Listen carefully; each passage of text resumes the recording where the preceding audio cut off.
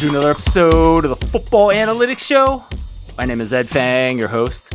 And on this episode, I am pumped to have Clevta on the show. He's an NFL handicapper, he's an NFL expert, and he publishes an excellent preview every season.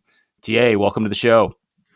Hey, Ed, good to be with you. Appreciate it. And, we're in August now, so getting closer to NFL, I can feel it. Yeah, it's going to be so good. And, you came on the pod last year and crushed it. One of your predictions was Minnesota having a great season. And, we're going to try to ignore the randomness of all that and expect greatness from you every year. Yeah, I don't know if I could pull off. I tell people I had probably my worst kind of in-season, week-to-week season in like a decade, but I had by far my best futures, which saved me, with between Minnesota, all the alts and playoffs, and I had Kevin O'Connell coach of the year. It was about 27-1, 28-1. I had Eagles over Kansas City in my Super Bowl my NFL preview and had the Eagles ticket. And so I had hit a bunch of those, especially the long shots, which really made my year. But I wish it would have translated more into in season. But, I can't be greedy. So looking forward to hopefully another good year of prognostication. Football Analytics Show is brought to you by the Power Rank Sports Betting Newsletter. Looking for some action on any given weekend? This is the free service for you, as 5 Nugget Saturday is my curated list of tips and analytics. I bring you insights from sharp people like Clevta. To sign up for free, go to thepowerrank.com. TA, I want to ask you for a controversial NFL take based on your preseason analysis. Yeah, it's a tough question. Controversial. I'm not sure. Maybe anti kind of a sentiment. I think one that could be a little bit against the grain. I know a lot of people are high on the Patriots this year, and obviously their win total sitting at just over 8.5 is pretty inflated in my opinion. So I guess to me it would be I don't see it with the Patriots this year. I think they're much farther away from the playoffs than the market is indicating. Actually took some no playoffs a few weeks ago. And so I think that a lot of what the general market and sentiment is with this team in terms of the improvement from year over year is just, asking a lot.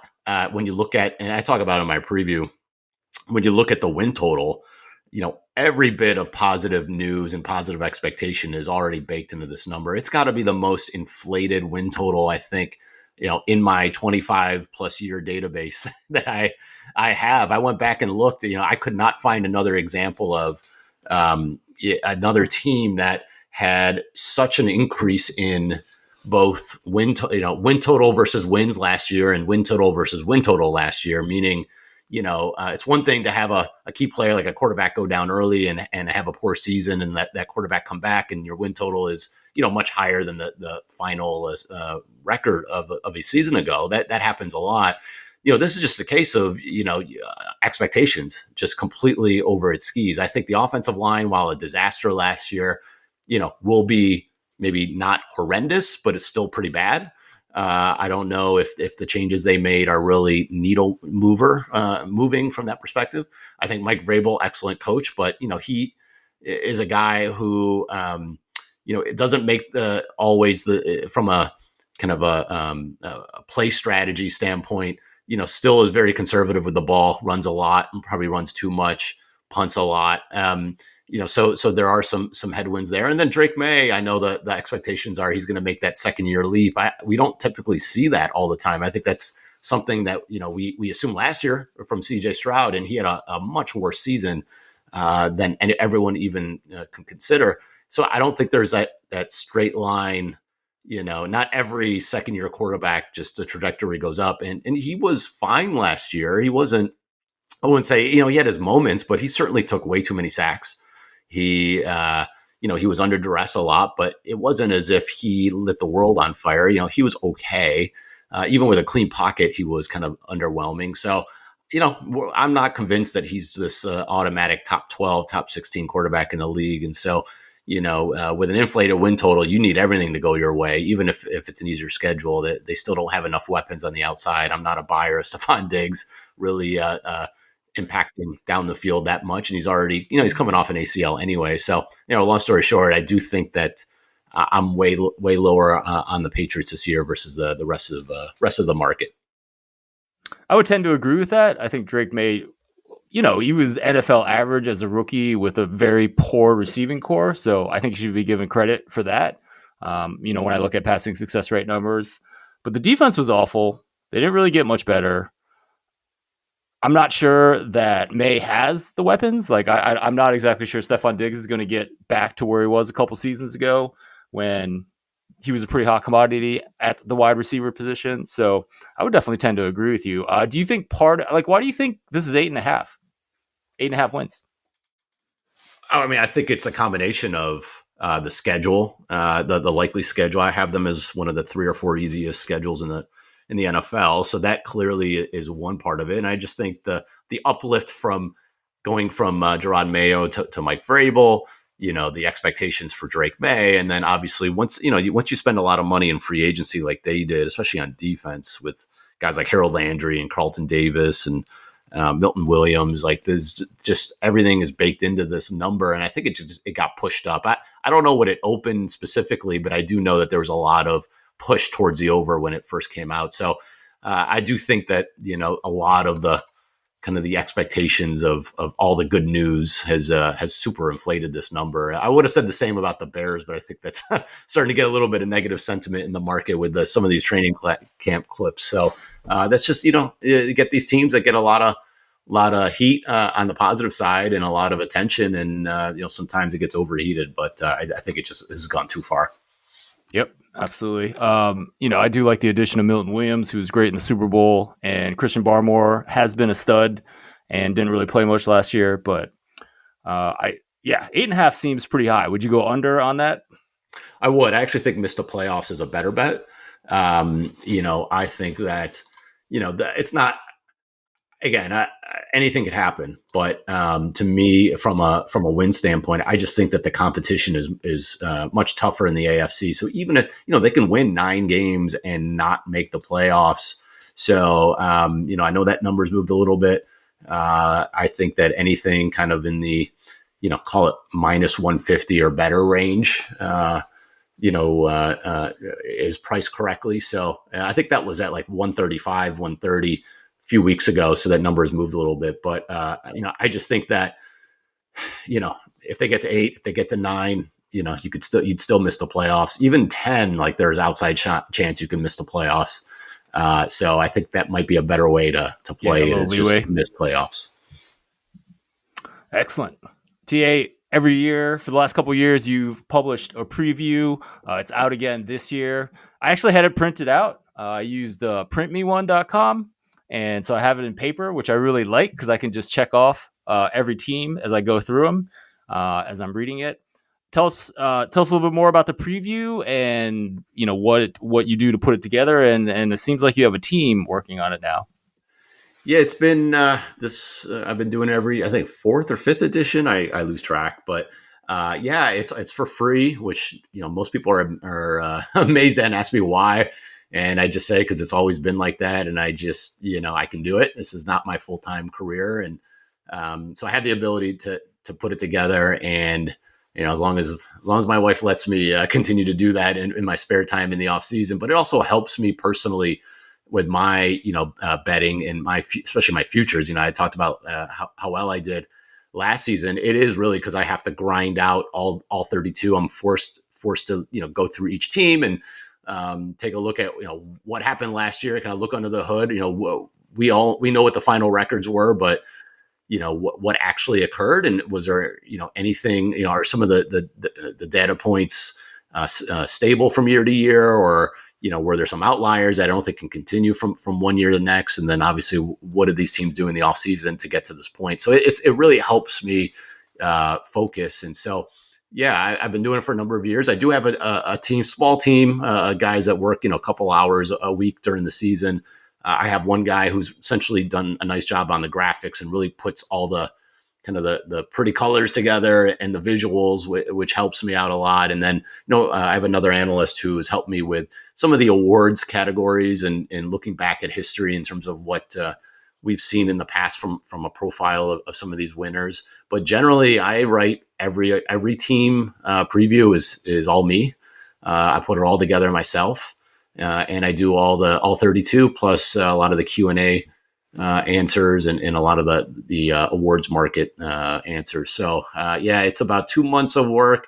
I'll say I was less motivated this year than any other year for a number of reasons, and a lot of family and work related issues kept me off getting it done by early July, but I was able to get it done a couple of weeks later. And now I'm ready for the season, and I hope people get something out of this. Whether it be a team nugget or something from an awards market, I think there's something for everybody here. So hopefully people enjoy it. I like the one-page summaries where you just kind of go over what happened last season. Luck, obviously, is pretty important. Understanding who was lucky with injuries or maybe an excessively good, third and fourth down success rate on defense and things like that. And then obviously you got to know the offseason changes. I feel like there's a lot of teams that kind of stayed the same on sides of the ball that they maybe shouldn't have, like the Chargers defense. But it's good to catch up on that. I highly recommend that everyone go check that out. Maybe you can let them know where they can get it. Yeah, if you go to my website, it's clevanalytics.com. I have a free section for NFL content, and it's under the NFL preview in there, and you can just download it. There's a PDF to download, and then I printed it out and got one bound. I do it every year, and it helps me. I refer to it throughout the season, especially early in the season. I can just turn to certain pages and kind of look up, I remember about that team, or, I can look at upcoming schedule and all those sorts of things. So yeah, you can find it on the website. And also I have it pinned on my Twitter account. I like also that you have the starters on offense and defense listed too, right? Because it's pretty easy to pick off, Chargers thought Mike Williams was going to be the answer as one of their wide receivers, and not anymore because he retired. So I like having that as well. TA, is there a bet that you would be willing to share? Yeah, I mean, I have a lot. Picking one is difficult. I have a lot. I put a lot in the preview as well, so you can certainly find some in there. But I am a fan of a couple teams this year. One being the Atlanta Falcons. I think that their kind of upside is not being captured here based on what happened last year. I know a lot of people are high on Tampa, which I tend to push back a little bit on, but I think getting some alt win totals on Atlanta. They've got a lot. Their win total 7.5, 8 in most places. You can get over 8.5 and over 9.5 at really good plus money. Over 9.5, I see it at plus 225 in a spot. So, I think anything at plus 200 or better there at 9.5 is good. Take a shot at most wins. You can take a shot at most points in the NFL. Like a lot of the right tail outcomes, I've dabbled in as well. And, again, I talk about in the preview, but for me, I did not go into the preview thinking I was going to be high on the Falcons this year at all. That was not a case. But when I started to dig into some of the numbers, and I knew the offense was good under Kirk Cousins early in the year, I had no idea just kind of how good this offense really was. Outside of Kirk Cousins turnovers. I mean, this was an offense that went 3 and out at the lowest rate in the NFL. If you look at a lot of the success rate measures, if you look at a lot of the, efficiency measures prior to getting to the red zone, this was a top 5 to 10 offense. But what really killed them were the Kirk Cousins, back-breaking mistakes. And, we saw what happened, obviously, before he got benched. He single-handedly cost them a game against the Chargers with multiple picks. I think he had 3 or 4 in that game. He was just consistently killing this team, especially late in late in games. He threw 7 interceptions in the second half of close games. He had a pick 6 and another was returned inside the 10-yard line. So, he had 4 interceptions, which led the league in the final 2 minutes of a game last year, which is kind of an incredible number. But, from a turnover perspective, he killed this team. So I think when you get in a guy like Michael Penix, who, obviously high, good pedigree, showed in the last 3 games last year, like he can push the ball down the field. I think Drake London led the NFL in targets in those last 3 games. Another guy I like from fantasy purposes out there, but I think he adds another dimension. He's obviously more mobile than Kirk Cousins and can help in the red zone. I think the offense can really, outside of those turnovers, can really be kind of elite top 5 level. You got Bijan Robinson in that run game. And so, when you can unlock the explosive play to go with that run game, you really become a tough team to beat. And they've got 12 dome games, so it's going to be a perfect environment. They've got a really easy schedule from opponent, defense standpoint. And I'm looking at data from last year, but I don't think too much has changed with these defenses that they're going to face. It's one of the easier schedules in the NFL from a defensive standpoint. And then on their own defense, that would be the pushback everybody has as well. This defense is not good. On early downs last year, they were perfectly average. It was late, high leverage 3rd and 4th downs that they really struggled because they could not get a pass rush. They were the bottom 2 in most pass rush metrics in terms of pressure rate, sacks, whatever. They had nobody to really rush the passer. Matthew Judon was a guy that they acquired prior to the season, and he was a complete bust. So what did they do? They use a 1st-round pick on Walker out of Georgia, a pass rusher, and then they trade up into the end of the 1st round with the Rams and get James Pierce out of Tennessee. They also signed Leonard Floyd, a veteran who can get you 7 to 9 sacks and be a really nice rotation player. So you've got 3 guys who they threw resources at to really help this pass rush. So you kind of know what you're going to get out of Leonard Floyd, and it's just a matter of, can one of these 2 rookies really step up and be a big contributor? And I think if that happens, you've got enough pieces in the secondary with A.J. Terrell and Jesse Bates to form a good enough defense. You don't need to be an elite defense if you have an elite offense in this league to win 10, 12 games. You just need to be a top, 15 to 18 defense. If you can do that, you've got a lot of high upside outcomes as long as everybody stays healthy, et cetera. So, with that schedule in a dome, with that upside, I think that Atlanta is not being looked upon as a team that can really surprise to a double-digit win perspective. And that's where I see them if everything falls right. So that would probably be the one bet I would take, is just kind of go all in on the Falcons. Awesome. So over on the win total, to make the playoffs, all win totals, all of that, right?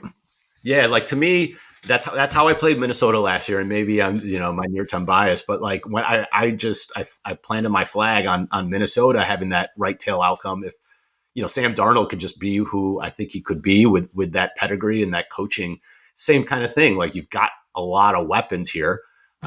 If you hit on the upside, it's a kind of a snowball effect. It's all these things occur. This is not a case where, when you've got a quarterback or a team that's kind of returning everybody and you kind of know who you are, that right tail outcome usually doesn't exist. It's more of, we don't know who Michael Penix is. He's being, this current number is essentially assuming that Michael Penix is a below average quarterback, right? They're, below league average team with an easy schedule.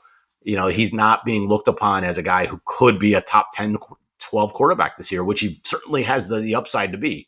So I think when that's not captured in the baseline numbers here, you've got these right tail outcomes.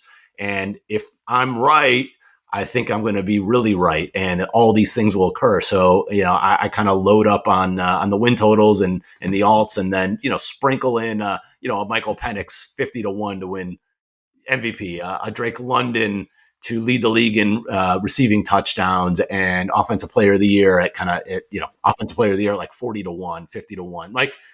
Sprinkle some of those things in case you're right, and just if you're right, then you're really right. And so that's how I play it. Excellent.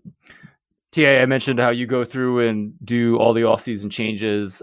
Who do you think the most impactful player will be on a new team in 2025? And I guess we can open this up to rookies too.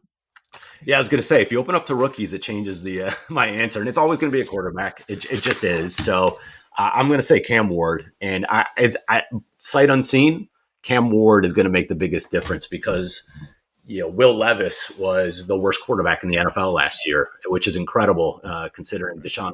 My Browns had Deshaun Watson and DTR taking snaps, and because it's not. It's one thing to take some sacks and to always be punting like Deshaun Watson was.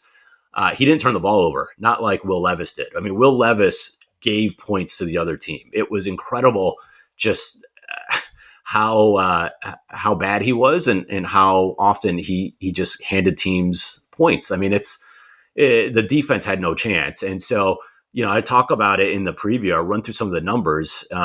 He was so bad. And if he just, took 3 knees and they punted in the fourth quarter of some of those games instead of, some of those backbreaking turnovers and pick sixes, they would have won. They probably would have won more games. It's just incredible how bad he was. And he gave away 5 touchdowns to the opposing team, which is the most in the NFL. The special teams unit, we were talking about Cam Ward, but the special teams unit for Tennessee was just as bad. Dead last in DVOA. It was the 5th worst punt team in DVOA history. That's 40 plus years of data.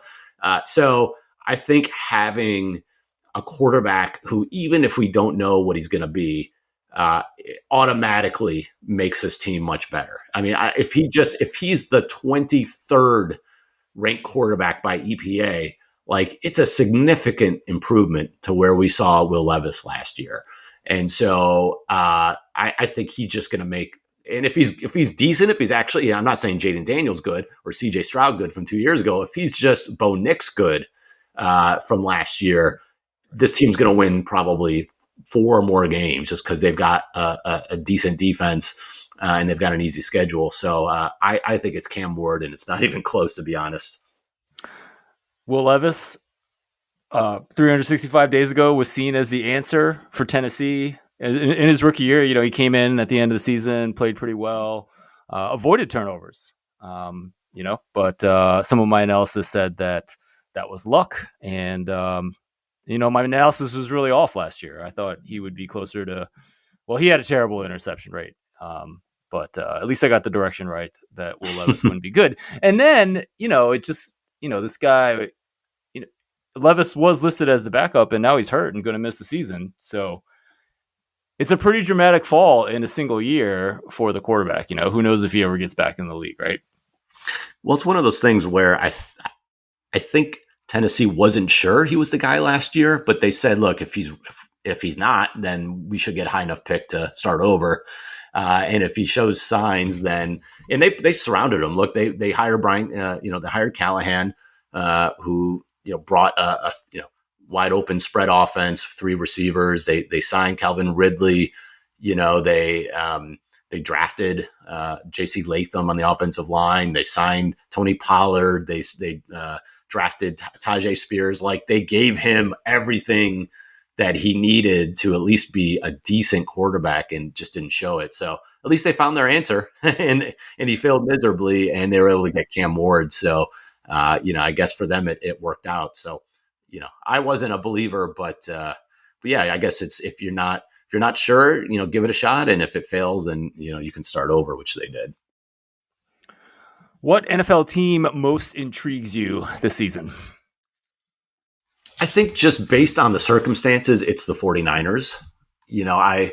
There's so many things. When I went through my write-up, if you read through the previews, some are much.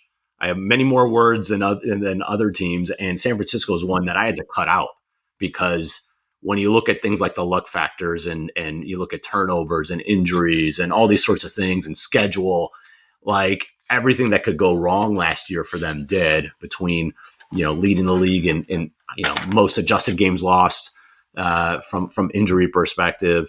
You've got tons of turnovers. They were poor from a recovering fumble standpoint. They from a kind of, I use fourth quarter win share, kind of a blended fourth quarter win share versus actual results. They underperformed at the highest rate in the league. I posted a few weeks ago on Twitter, if you look at first half point differential versus second half, they were 9th in the NFL, I think, in first half point differential. And that includes week 18, which they, played backups, didn't even play Purdy, et cetera, and, lost by a significant amount. They probably were much better. in the first half than when you exclude that game. But generally, they're a top 10 team in point differential in the first half. But they were bottom 5 in the second half. It was just crazy. In his fourth quarter alone, they blew a ton of leads. And so when you have that, you have all those injuries that they had. They had the toughest schedule in the NFL by my metrics last year. And now they have the easiest schedule expected. So I think it's the second time in my database that I can find a team that went from the toughest schedule to the easiest expected. I think 2017 Carolina was the other one. And they actually, which is amazing, they were expected to have the easiest schedule, and they ended up having like one of the 2 or 3 toughest. It was strange. So this is just unique in that you have a complete flip in schedule. You have likely some positive injury regression. You bring back Robert Saleh from a defensive coordinator standpoint. You have all these older guys that are highly paid. So it's kind of a top heavy roster, not a lot of depth, but you've got star power. It's just, you have all these things that are just, it's really going to be a test on regression at the end of the day. And it's just unique because you just don't see it every day. It's like all of these things all in once, and a team that was just in the Super Bowl 2 years ago. So I'm really intrigued to see how it turns out. I have them winning 9-10 games. I think, just barely below market, but if they won 13 games and we're back in the Super Bowl again, it wouldn't shock me at all. If they won 7-8 games and kind of the house of cards with some of their older players that were highly paid, kind of fall apart, that wouldn't shock me too much. But that's one that really intrigues me because there's so much from a storyline perspective with that team. I believe that they truly kind of record-wise underperformed some of their metrics last season, but then, you lose some key guys on defense. Purdy comes back, which I think is certainly a good start. But yeah, I definitely agree that is going to be a really interesting team. TA, I was going to ask you about the Cleveland Browns because I do think they have some upside with that defense, but I didn't really want to torture you by having to talk about their offense. So you are an Ohio guy. I want to ask you about Ohio State. So this is a program that won the national championship last year. Honestly, not much of a surprise. They clearly had the talent and they played the best when they needed to towards the playoff. But now you have a lot of changes. Got a new quarterback that hasn't played at all. Ryan Day is bringing in 2 new coordinators. I know you don't do analysis for college football, but you are on top of this team. What's the vibe down there for how Ohio State's going to do this year?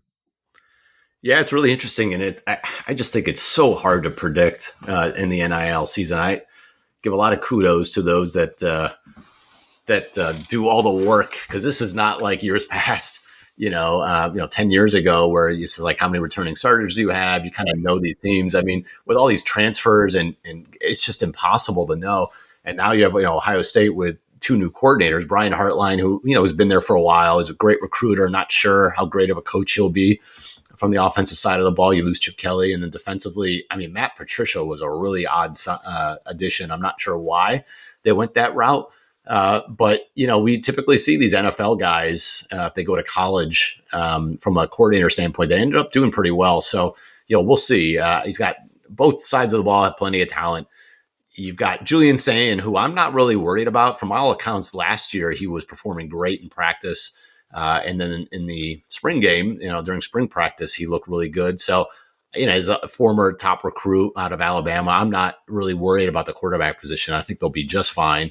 And then, you've got Jeremiah Smith, probably the best player in college football right now. Yes, definitely absolutely. A Heisman candidate. I mean, he's a superstar. So you've got Carnell Tate, who's a really good receiver, very underrated because everybody just talks about Jeremiah Smith, but he's going to blossom this year. So the offense should be just fine. It's, the defense lost so many guys, but you still have Caleb Downs, maybe the second best player in all of college football at safety. He's going to be a top 10, 15 pick potentially. And, but you're replacing everybody on the front 4 really. And so anyway, long story short, I don't know. I don't pay enough attention, and it's impossible for me to know, these guys that haven't played much, how they're ultimately going to perform. I just kind of rely on the fact that it's Ohio State and it's a blue blood and it's a blue chip program, and they didn't really go after many guys in the portal because they felt like the guys that were coming up are so highly recruited and are ready to go. So that's a good sign for me. I think they really only added a backup running back out of West Virginia, and they added a pass rusher out of North Carolina, who is going to be a who's going to be a starter for them. But otherwise, they're just going to rely on their recruiting. And so, yeah, I think the top 5 team, obviously, the first game against Texas is going to be huge. Yeah, that's But, going to be fun. But, outside of that, Penn State's the only other team that should be too much of a concern before Michigan. So, if you win that Texas game, you can almost, in my opinion, kind of pencil them in for the playoff and certainly one of the top seeds.